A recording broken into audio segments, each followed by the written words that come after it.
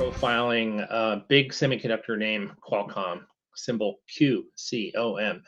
Let's take a look at the daily chart and the weekly chart here to see what we can figure out. So, as you can see, I've noted here on this chart a really strong bullish breakout from back in November. This followed a really strong earnings move, and it pushed up at the beginning of November, consolidated a bit, and then rallied up strong about the 13th or 14th of the month. And it's been making a really nice move of higher highs and higher lows, which is the textbook definition of an uptrend.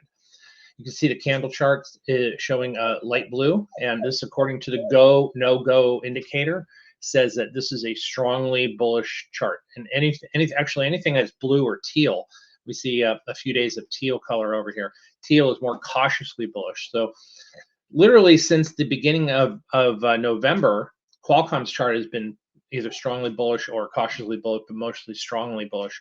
We also see a crossover here on the MACD buy signal, and then check out the strength in the checking money flow. This is super impressive. And this goes back to the middle part of October. We've been above the zero line since the middle part of October, been making higher highs and higher lows. We're at a peak right now in money flow.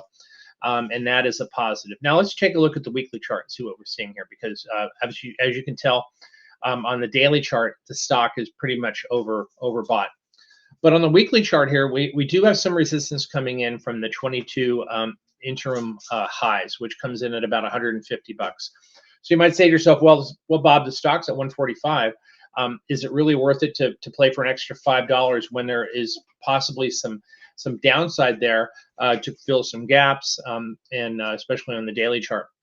I'd say, you know what, the answer is no. I think there's some good opportunity here. Sure, there's going to be pullbacks along the way, but this stock is really very, very strong. And if you take a look at these candles from the past 7.5 to 8 weeks, you notice that the volume has been very strong. Price action has been good, and that's all that really matters when we're evaluating stocks.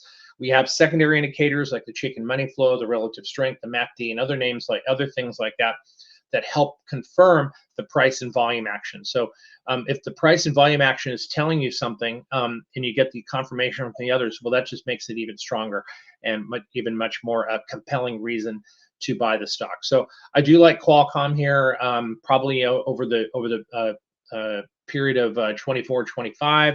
Coming up in the new year, and I think this stock has got some room to get back to those old highs back in the early part of 2022. That comes in at about 180, 185 bucks. That would be a really nice move for the stock over that time. Not going to be a straight line, but it could be a nice move up towards those high levels by the end of the year. So that's Qualcomm, QCOM. Thanks for watching, everyone, and I'll see you guys.